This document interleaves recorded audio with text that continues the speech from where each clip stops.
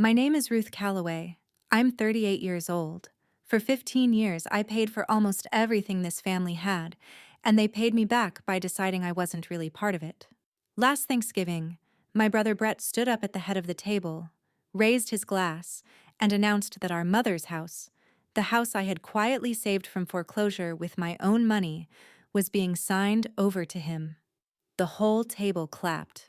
My mother dabbed her eyes like it was a wedding, and the man sitting at Brett's right hand, the stranger Brett had introduced as a family friend, smiled at me across the turkey like he already owned the room. He wasn't a family friend. I knew exactly who he was, and I knew something else that nobody at that table knew. 3 weeks earlier, somebody had forged my signature on a legal document to erase me from that house. My name, my handwriting copied close but not close enough, notarized by a stamp that should not exist. I had found it by accident, and I had spent the 3 weeks since very quietly getting ready for this exact dinner. So when they clapped for my brother, I did not say a word. I reached down beside my chair and I set a worn leather folder on the white tablecloth, right next to the gravy.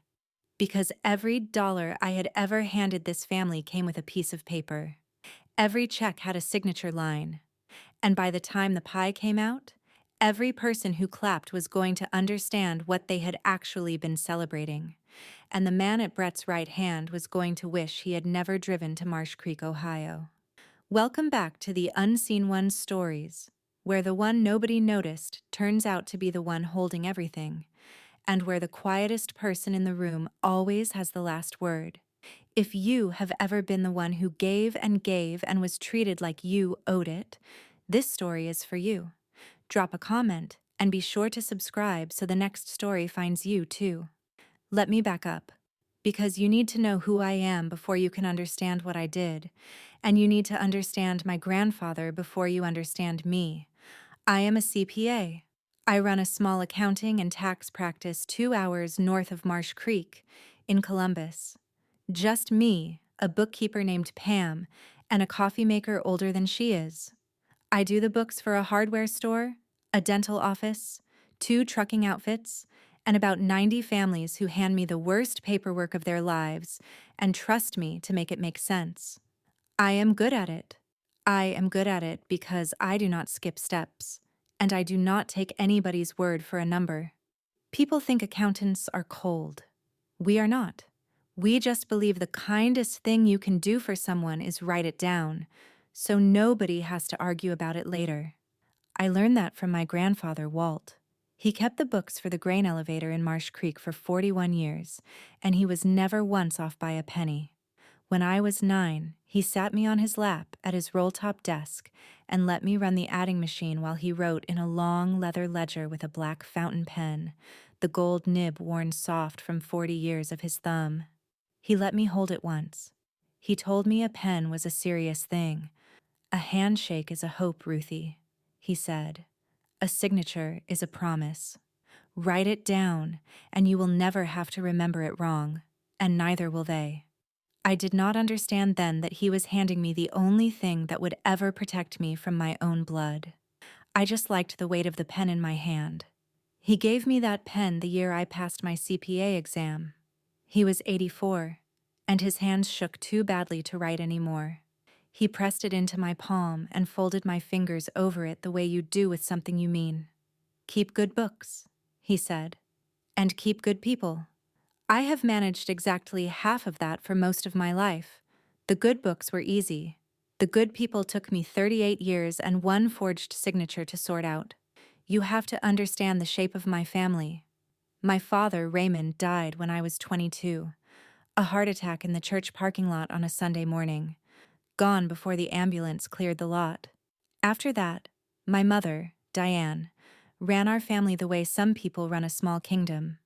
Not with armies, with favor.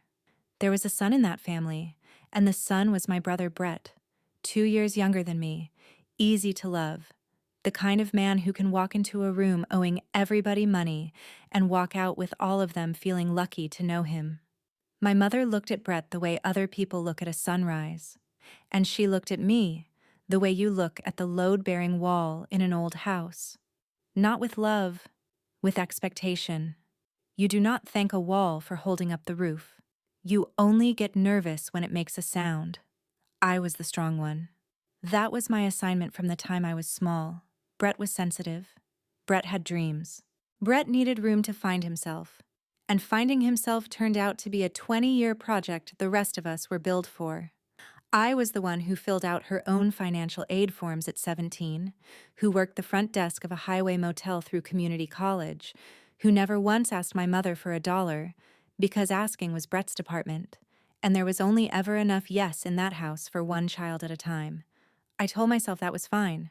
I told myself being needed was the same as being loved. It is not. And the day I finally learned the difference, it cost my family everything they thought they had. It started, the way these things always start, with a real emergency. Brett was 24. He had talked a bank into a loan to start a landscaping company, Calloway Lawn and Land, and he had spent the startup money on a truck nicer than the work required and an office he did not need. By spring, he was 3 months behind, and the bank was about to repossess the truck, which was the one thing he actually needed to make any money. My mother called me on a Tuesday night. She did not say hello. She said, "Your brother is drowning, Ruthie." I had been a CPA for 2 years. I asked to see his books. There were no books. There was a shoebox and a feeling. So I did the thing I'm good at. I sat at my own kitchen table at midnight and built him a real ledger. And I figured out that $11,000 would catch up the loan, save the truck, and get him through the season. I had $11,000, saved one motel shift at a time. And I want to be honest with you, because that is the deal between us. I did not want to give it to him.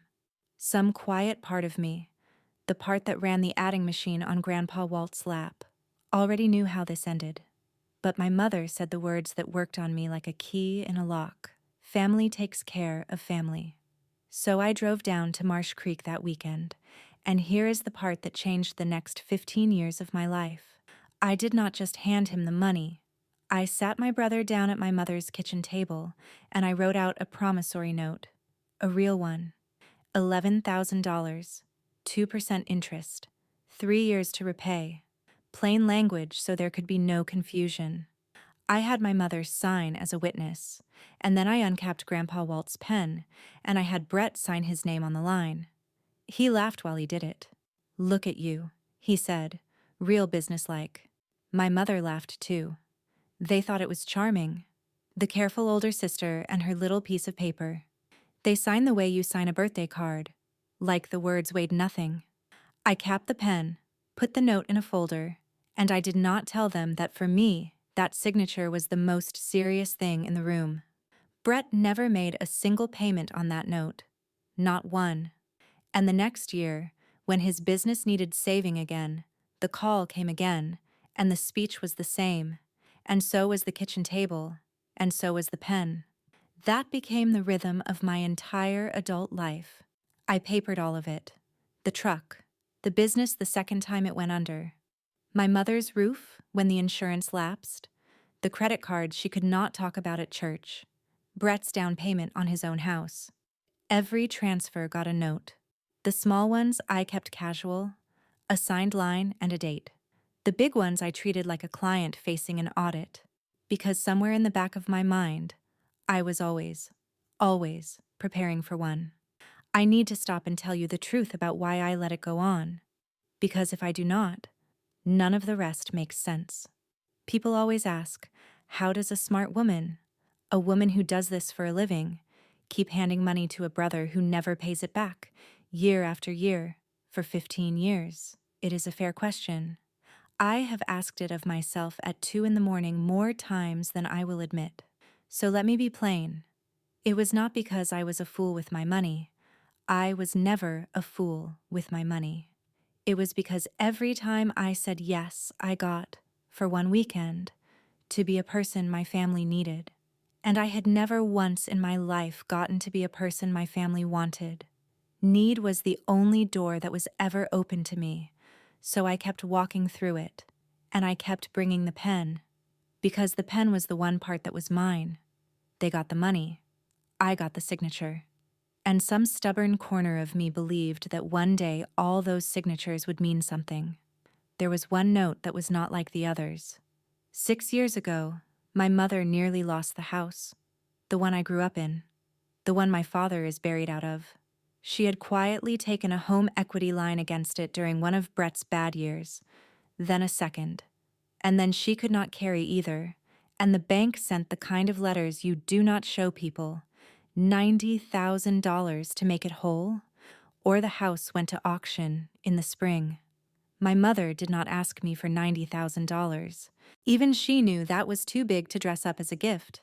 So she asked me to invest in the family. Those were her words. I did not have $90,000 sitting in a checking account. I had built equity. So I refinanced my own condo in Columbus, the one I bought with my own 2 hands, and I pulled the money out of my own life, and I carried it down to Marsh Creek as a cashier's check. And before I handed it over, I did something my mother thought was just more of my fussy paperwork. I had a real estate attorney draw up a promissory note for $90,000, secured by a deed of trust against the house. And I recorded that deed of trust at the county recorder's office. Let me tell you what that means in plain words, because it is the whole story. A deed of trust is a lien. It means I did not give my mother $90,000. I loaned it to her, and I attached that loan to the house itself, on the public record, stamped and filed with the county. It means that house could not be sold, refinanced, or signed over to anybody, free and clear, without dealing with me first. My mother signed it at the lawyer's office with a little sigh, like I was making a simple thing complicated. The lawyer asked if she understood she was pledging the house as security. She waved her hand and said Ruthie just likes her papers. I uncapped Grandpa Walt's pen, and she signed, and the deed of trust went on the public record that afternoon. Then my whole family went right back to telling the story they liked best. That Diane Calloway had held onto her home through hard times, all by herself. Nobody in 15 years ever asked what was in my folder. Knowing would have ruined the story. And I had no way of knowing, that afternoon at the lawyer's office, that 6 years later, somebody I loved would forge my name to erase that record, or that the forgery would be the best thing that ever happened to me. If you have ever been the dependable one, the one who pays and fixes and never gets thanked, the one everybody calls when the money flinches and nobody calls just to say hello, then you already know how heavy that folder felt. Stay with me, because the night I found the forgery is coming, and it is the night everything turned. Hit subscribe so you do not miss it. The trouble started, the way it always does, with a phone call where my mother was 3 degrees too sweet. Late October. She called on a Sunday, and she had not called me on a Sunday in 2 years. Ruthie, honey, she said, we would just love to have you home for Thanksgiving. The whole family. We have so much to be grateful for. And I felt the old cold click behind my ribs, the one I get when a client hands me a return that is too clean, when the numbers smile at me a little too hard. My mother did not invite me to things. My mother summoned me to things, and only when there was a bill at the end of the table with my name on it. I said I would come. Then I sat at my kitchen table for a long time, doing what I do, which is thinking in timelines. Why now? Why the whole family? Why grateful? And I remembered something my niece had let slip a month before. Her name is Hannah. She is 19, Brett's stepdaughter. The one person in that whole family who texts me on my birthday without being reminded. Hannah had mentioned, just chatting, that Uncle Brett had been at Grandma Diane's house a lot lately with a man in a gray suit, and that they kept sending her out of the room. I had filed it away the way I file everything. Now I took it back out and looked at it. A man in a suit. At my mother's house. The house with my lien on it. So that same night, I called Hannah back. I asked her, careful, casual, what the man in the suit looked like, what they talked about. And Hannah went quiet on the line, and then she said something that put me on my feet in my own kitchen. Aunt Ruth, she said, I took a picture. Of the papers. They left them on the table when they went out to the truck, and something about it felt wrong, so I took a picture. I almost didn't send it because I didn't want to start anything. But you should see it. 30 seconds later, my phone buzzed. I sat back down and I zoomed in on that photo the way I read a client's books when something does not add up. Slow, line by line. And what I saw stopped the breath in my chest. There were two documents on my mother's kitchen table. The first was a real estate purchase agreement. A buyer's name printed across the top, a man named Gerald Voss, and a sale price, and a closing date set for the second week of December. Somebody was selling the house, not keeping it in the family, selling it to a stranger in 3 weeks. And the second document was worse. It was a release of lien, a legal form that says a debt has been paid in full and the lender releases their claim on the property. It released the deed of trust. My deed of trust. The $90,000, and at the bottom, on the signature line, was my name, Ruth Calloway, in handwriting that was close to mine. Close enough to fool a stranger. Not close enough to fool me. Because I have signed my own name on 10,000 tax returns, and I know my own hand the way I know my own face, and that was a stranger wearing it. Underneath it sat a notary stamp, swearing that I had appeared in person and signed it. I had never appeared anywhere. I had never seen that document in my life. Somebody had forged me out of my own claim, so the house could be sold clean. I did not cry. I want to be honest about that. I had run out of crying somewhere around year 10. What came instead was the strange level calm I get when a messy set of books finally balances. When the missing number walks out of the dark and stands exactly where I always knew it would be. Somebody had forged my signature. That is not a family squabble. That is a crime. And the person who did it had just made the single biggest mistake of their life because they had forged the one person on earth who builds a paper trail in her sleep. I did not call my mother and scream the discovery down the phone. That is not what I do, and it is not what works. I have watched too many families lose everything to one satisfying outburst that a lawyer later turns into evidence. Instead, that night, I opened the county recorder's website and searched the house. And here is the first gift the universe handed me. My deed of trust was still there, recorded 6 years ago. My name in plain black type, the liens still live, still attached.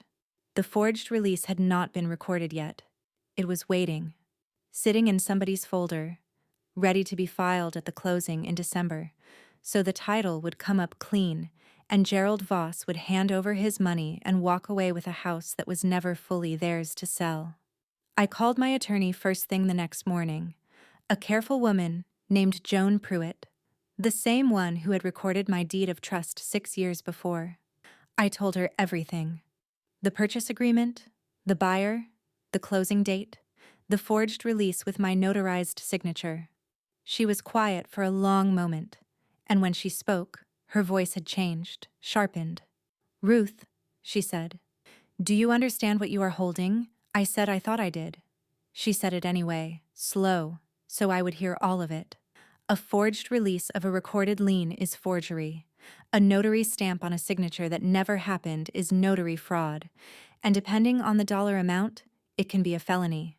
Your lien is still alive because nothing has been recorded. They cannot pass clean title to that buyer. The second they try to record that forged release, they are filing a fraudulent instrument into the public record, and that is a much bigger problem than a family argument. You are not the one in trouble here, Ruth. They are.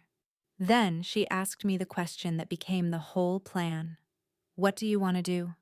And I sat with it, because there were 2 roads, and I knew it. I could blow it up now. Call my mother, call Brett, call the buyer, threaten everybody, and watch them scramble and shred and lawyer up and turn it into my word against theirs.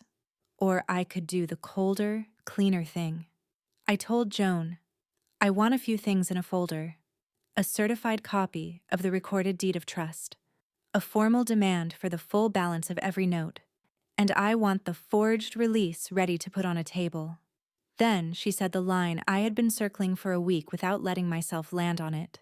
Do not warn them. Let them gather the whole family. Let them stand up and say out loud, in front of every witness they invited, exactly what they are doing. And then you put the paper down. The paper does not raise its voice. The paper does not need to. But I did one more thing that night that nobody in my family ever found out about, until it was far too late. I want to be honest that I have gone back and forth about whether it was mercy or strategy, and the truth is I am still not sure where one ended and the other began. I found Gerald Voss, the buyer. A small-time house flipper 2 counties over, the kind of man who buys low from desperate people and sells high to strangers. And I made a phone call to his office, and I left a careful, professional message, the same tone I use when I report a discrepancy to a client. I told him I was a recorded lien holder on the property at the address in his purchase agreement, that I had never released my lien, that any release bearing my signature was a forgery, and that he should verify the title before he wired a single dollar. I gave him my attorney's name. I did not threaten him. I did not have to. I just told him the truth, in writing, and let the truth do what the truth does. I hung up the phone and I sat in my dark kitchen, and for the first time in 15 years I felt the line I had been driving go slack. The deal was dead. Voss just did not know it yet, and neither did Brett. Now the hard part. Because 2 days later, I found out why my brother was in such a hurry, and it turned my anger into something much heavier and much colder. Hannah called me again. She had been doing her own quiet listening, the way 19-year-olds do when the adults forget they are in the room. And she told me that Brett was not just greedy, Brett was drowning. His landscaping company had been sued by a supplier he never paid, and there was a judgment against him, and his own creditors were circling. And the way these things work, the moment Brett owned that house, his creditors could attach it, a lien of their own. So Brett was not planning to keep the family home and move in with his kids the way he had told my mother. Brett was planning to do exactly what the purchase agreement said: sign the house into his name, sell it to Gerald Voss before his creditors caught up, take the cash, and disappear from the wreckage. And the part that put a stone in my stomach was this: my mother had no idea. She thought she was giving her son a home. She was actually signing the deed to a man who was going to sell the roof out from under her and leave her with nothing. Sit with that for a second. The way I had to. My mother had spent 38 years choosing Brett over me at every single table. And the golden child, the son she had built her whole life around, was about to make her homeless and not lose one night of sleep over it. And the only thing standing between my mother and the street was the very lien Brett had forged my name to erase. My claim on that house was, it turned out, the one thing protecting the woman who had spent me my whole life. I did not feel triumphant about that. I felt something quieter and sadder. I felt like the wall finding out it was the only thing keeping the roof off the people who never once looked up. That night, I went down the hall to my grandfather's old room to think, and that is where I found the second thing that changed everything. Grandpa Walt had lived his last 2 years in that house, in that back bedroom, and after he passed, my mother used it for storage. I went in for an old roasting pan, and instead, on the high shelf, I found a banker's box with my grandfather's handwriting on the side. Ruth. Just my name, in his careful block letters, the same letters from the ledgers. I took it down. It was heavier than it looked. Inside were his old leather ledgers. Decades of a grain elevator's life written by hand and never once off by a penny. And tucked into the front of the top one was an envelope, soft at the corners, with my name on it in his shaking late years hand. He had written it the year before he died, which means he wrote it watching all of this begin, watching me drive down weekend after weekend with my checks and my careful notes, while my mother saved all her warmth for Brett. Ruthie, he wrote, I have watched you hold this family up with both hands while they pretend you are not lifting anything. I taught you to write it down, and I am proud you listened. But I need you to hear the other half of what I meant, the half I never said plain. The paper is not so they will love you. They will not love you for it. The paper is so that on the day they finally show you who they are, You will not be standing there with nothing in your hands. And there is one more thing, and it is the hardest thing. So read it twice. Your mother is not cruel because she is strong. She is cruel because she is afraid, and she has been afraid since before you were born. Ask her someday about the baby that came before you. It will not excuse her, but it will explain the shape of the whole. Keep good books, baby.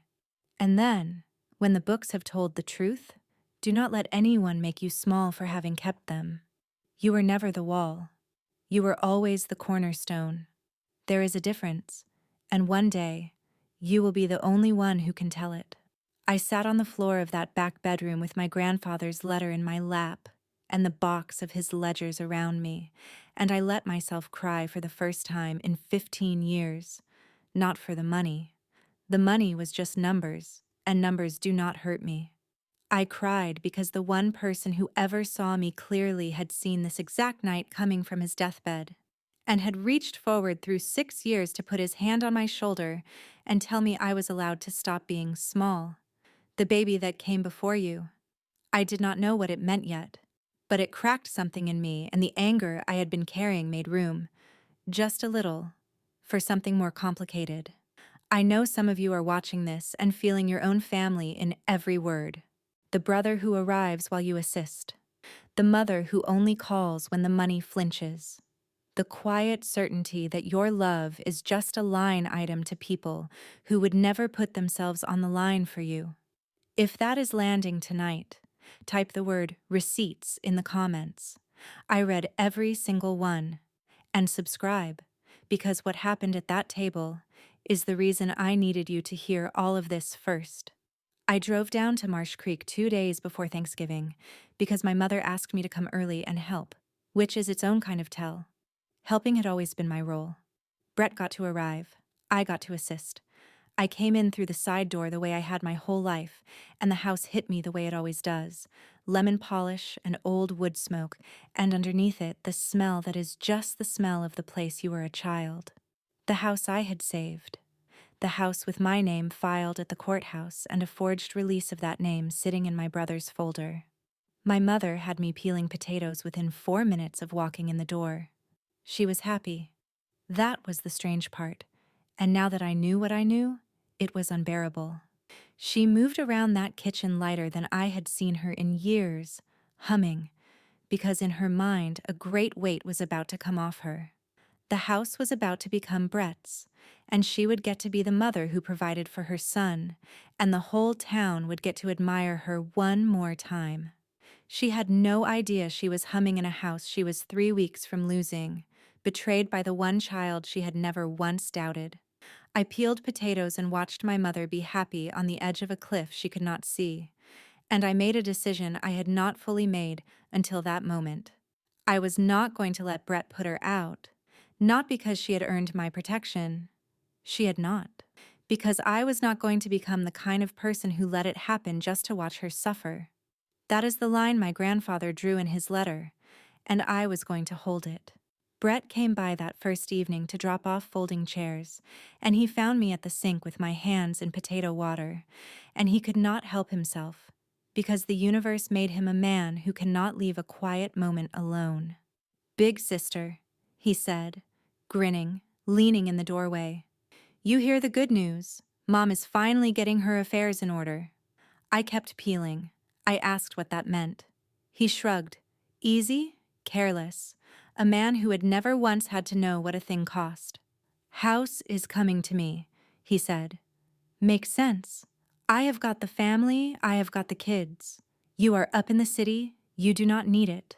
Then he said the thing I will carry, the way you carry a splinter you decide to leave in. "Let's be honest, Ruthie. You were never really attached to this place anyway. You just visit." I set down the peeler. I dried my hands slow, and I asked him a quiet question, the kind I ask a client when I have already found the hole in their books, and I am giving them the dignity of noticing it themselves. "Brett," I said, "has anybody talked to the bank about the lien on the house?" He blinked. "The what?" "Nothing," I said. And then, because I wanted to see his face, I added one more word, light as anything. The lien. The one that would have to be released before any sale. His face did something then. Fast. A flicker he covered in half a second with a laugh. But I saw it. He knew about the release. He knew because he was the one who had it forged. And in that flicker, I stopped having a brother and started having a defendant. But here's the thing I noticed. The thing that mattered. My mother was at the stove behind us, and when Brett said the word release back to me, careless, covering, my mother's shoulders went still. Just for a second.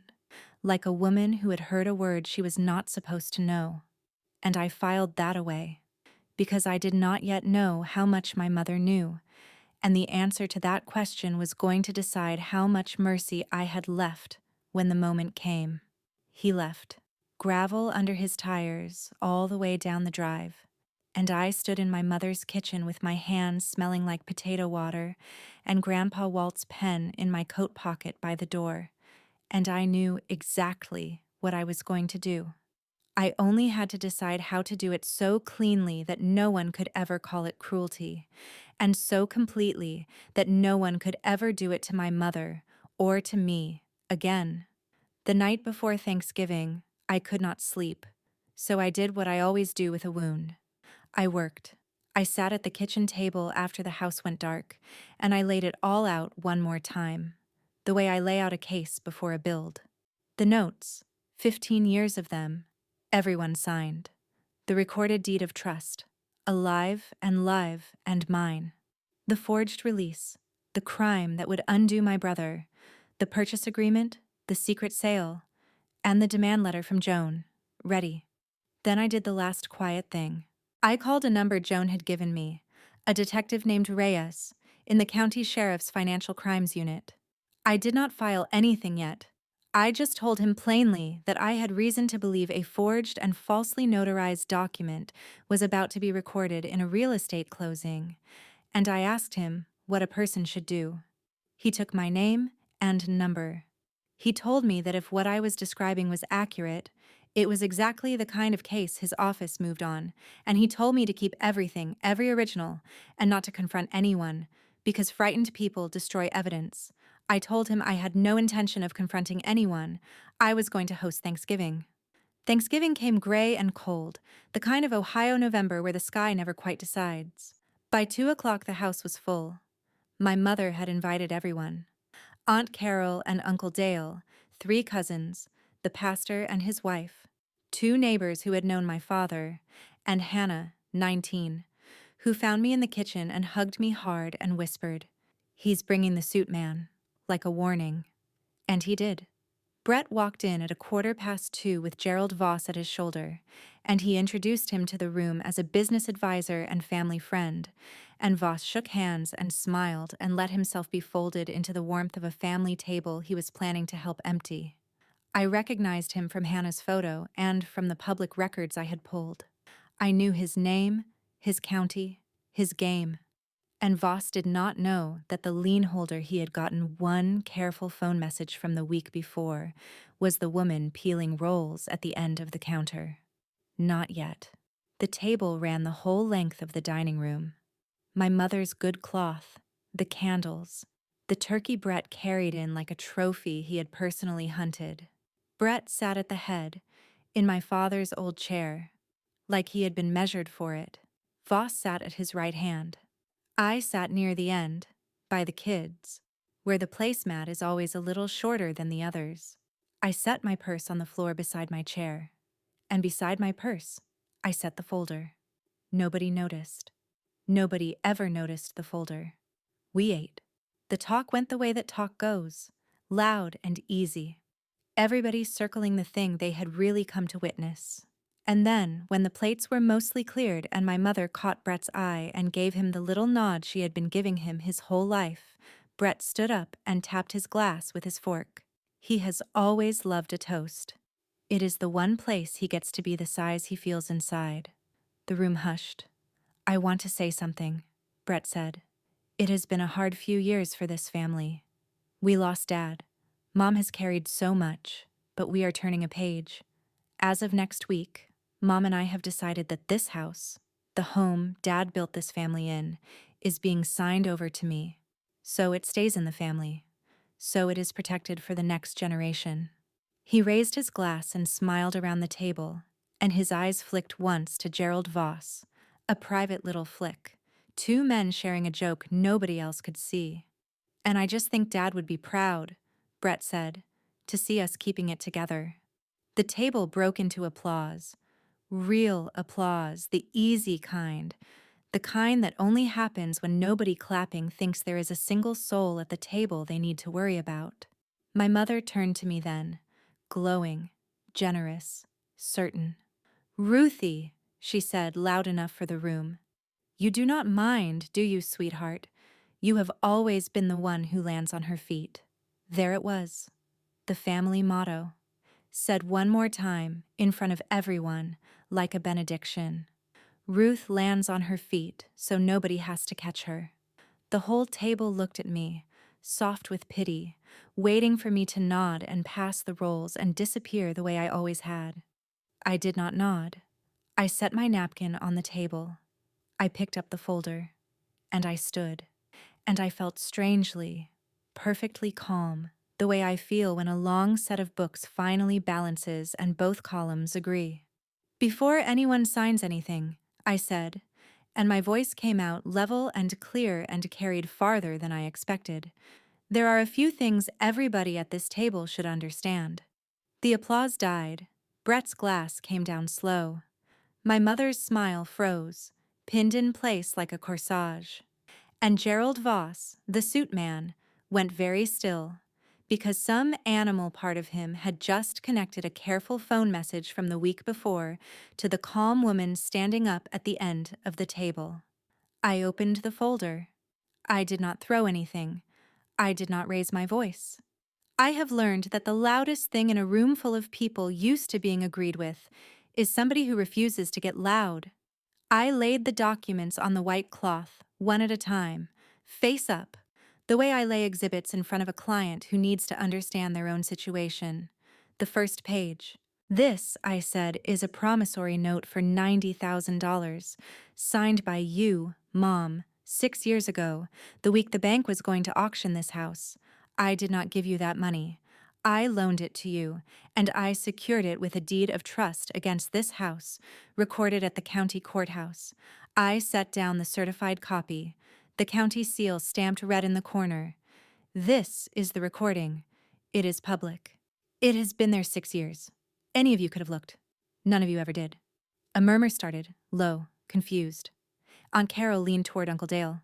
Brett picked up the certified copy, and I watched the color drain out of his face as he read words he did not fully understand and understood anyway. "What this means," I said, still level, almost gentle, "is that this house cannot be signed over to anybody free and clear. Not to Brett. Not to anyone. Because there is a lien on it, and the lien is mine." And then I laid down the page that turned the whole room. "This," I said, "is a release of lien. A document that says my loan was paid in full, and that I gave up my claim on this house. It is dated 3 weeks ago, and here is my signature at the bottom." I let them look, except I never signed it. I have never seen it before in my life. Somebody at this table forged my name to erase me from this house so it could be sold, and they had it notarized by a stamp swearing I appeared in person, which I never did. I looked down the table at my brother and I said it quiet, so they had to go silent to hear it. "That is not a family disagreement, Brett. That is forgery. That is notary fraud. And it is a felony." The room did not erupt all at once. It came in stages, like ice going out on a river. My mother's hand went to her mouth. Aunt Carol said, "Brett, what is she talking about?" And Brett did what Brett has always done when the ground moves under him. He got loud. "This is insane," he said, on his feet now, the certified copy crushed in his fist. "She is unstable. She has always been jealous. She manipulated Mom into signing some lien years ago, and now she is making up a forgery to ruin a simple family transfer. Look at her, standing up at Thanksgiving with a folder." I did not raise my voice to match his. I have learned the calm one in a room full of shouting is the one everybody believes. I just set down the last 2 pages. "This," I said, is the purchase agreement. A real one. Signed by Brett. It sells this house to a man named Gerald Voss for cash, closing the second week of December. Brett, you were never keeping this house in the family. You were selling it. And I looked at my mother when I said the next part, because she was the one who needed to hear it, and she was the one the whole thing had been hidden from. Mom, he was going to sell your home to a stranger and put you out, because Brett is being sued and his creditors are about to take everything he owns, and he wanted to turn your house into cash and run before they caught him. The lien he forged my name to erase is the only reason you still have a roof. The daughter you spent was the only thing standing between you and the street. The silence that followed had a texture to it. My mother turned, very slowly, to look at her son. And Brett, for the first time in his charmed and careless life, could not find a single word the room would believe. Gerald Voss stood up. He looked at the purchase agreement on the table, and he looked at the certified copy of my lien, and he looked at the forged release, and he understood, all at once, that the clean title he had been promised did not exist and never had, and that he had driven to a Thanksgiving dinner to sit beside a man who had lied to him. You told me the title was clear, Voss said to Brett, low and dangerous. You told me there was nothing on it. Then he looked at me and something passed over his face. Recognition. You're the one who called my office. I said I was. I told him evenly, the deal was never going to close. I just wanted you to hear why from me, at the same time as everyone else, so nobody could rewrite it later. Voss picked up his coat. He did not say goodbye to my brother. He said to the room that he would be speaking with his own attorney, and to me, quietly, on his way past, that he was sorry, and that he believed me, which was more than anyone with my last name had managed in years. Then he was gone, and the front door let in a gust of cold November air and shut. That was when my mother started to come apart, and it did not come out as anger. That is the part people never expect. It came out as the loud, gasping, performed grief she had used on me my whole life.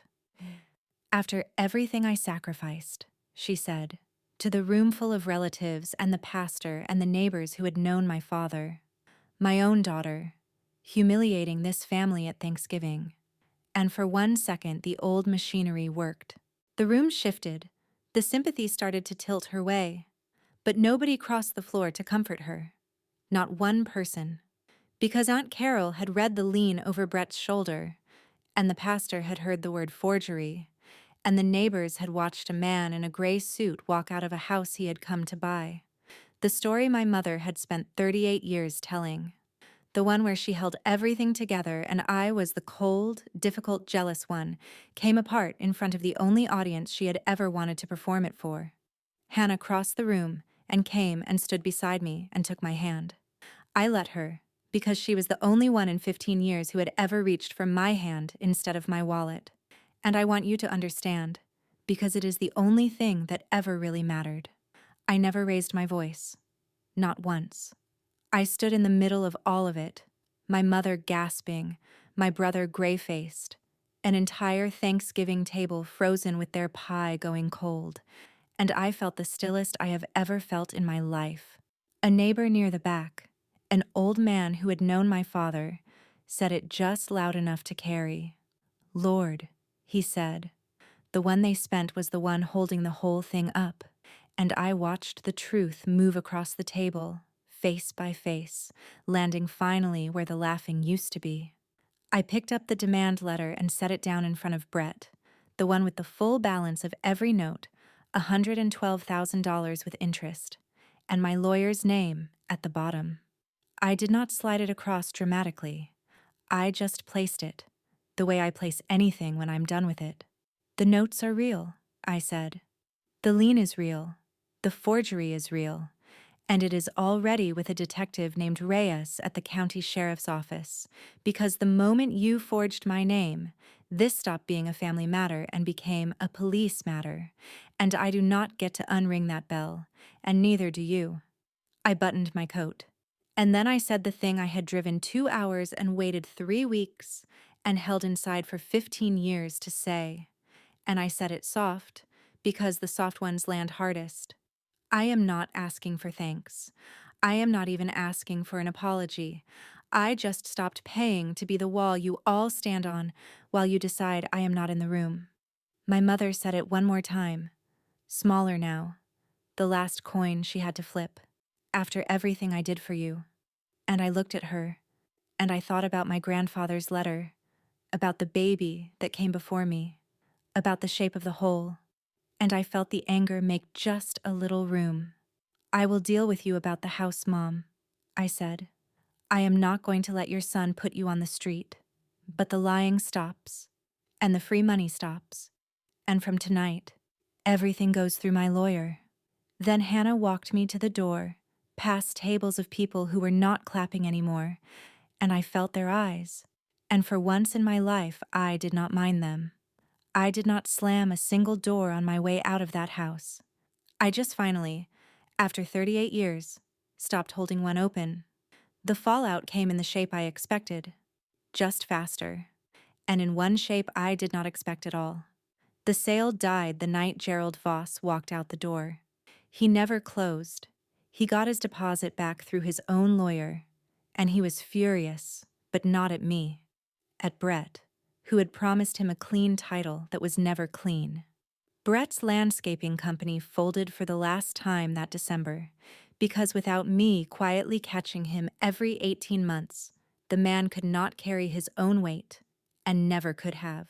His creditors got their judgment, and the forgery, the thing he thought was a clever little shortcut, became the thing that followed him for years. Detective Reyes opened a case. The notary whose stamp was on my forged release turned out to have no journal entry for that day, which is its own crime. And she cooperated fast, and she gave them Brett. I will not pretend it moved like television. It ground through the system slow, the way these things do. But my brother took a plea to a forgery charge rather than risk a trial, and he got probation and restitution and the kind of record that does not wash off, and a town that no longer changed aisles to avoid me. It changed aisles to avoid him. I did not foreclose. I want you to know that, because it matters. I had every legal right to call that note and take that house, and there is a version of me from 15 years ago who would have done it just to feel something. But I'm not loud, and I was done being loud near people who only ever heard me when I said yes.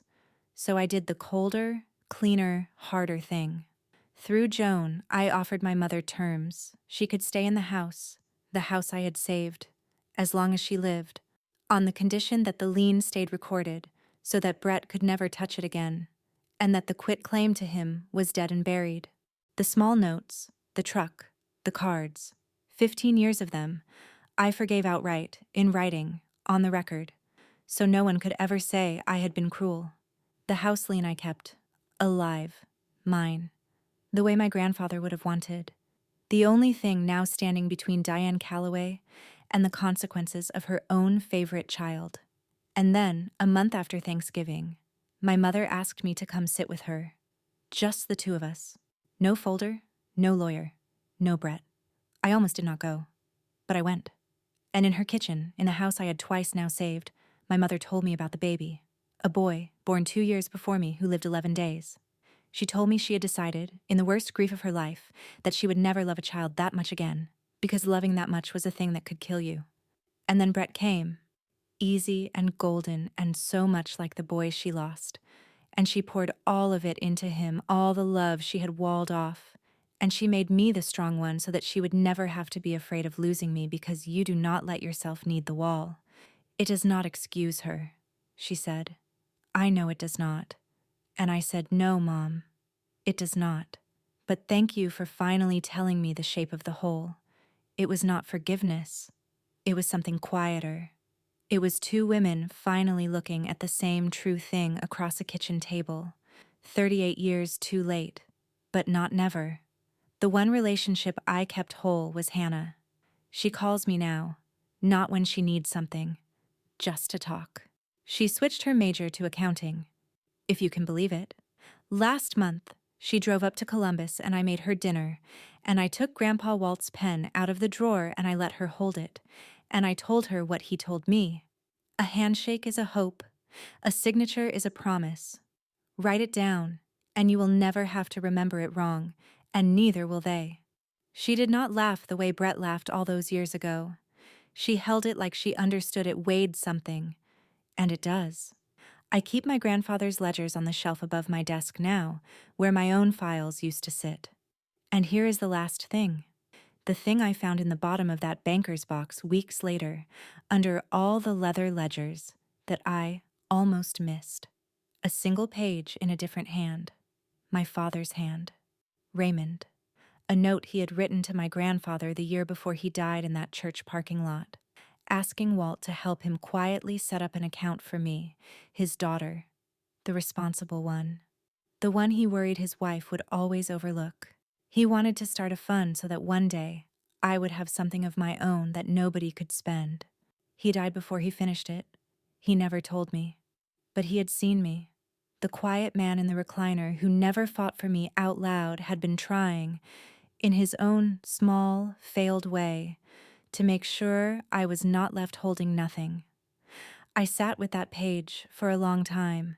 It did not fix the years, but it turned out that two people in that family had loved me plainly. They were both just men who said it in paper instead of out loud. And paper, it turns out, is the one kind of love that keeps. Here is what I understand now that I did not understand for 15 years.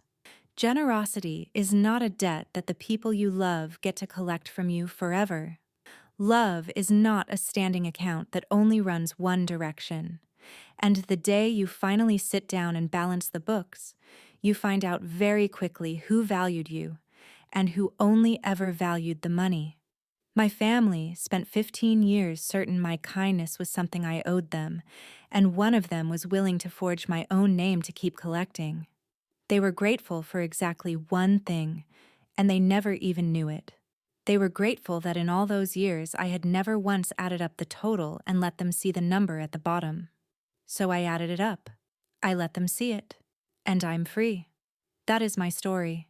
15 years of yes, one forged signature, one folder full of the truth, and a Thanksgiving that finally balanced the books. If you have ever been the dependable one, the family bank, the cornerstone everybody stood on and nobody thanked, let this be your sign. You are allowed to keep the receipts. You are allowed to stop. And you can set the whole weight down, protect the people who never protected you, and still walk out the door with your head up and your hands full. If this story reached you tonight, share it with someone who needs to hear it. Type the word receipts in the comments and tell me your version. Hit subscribe, and I will see you in the next one.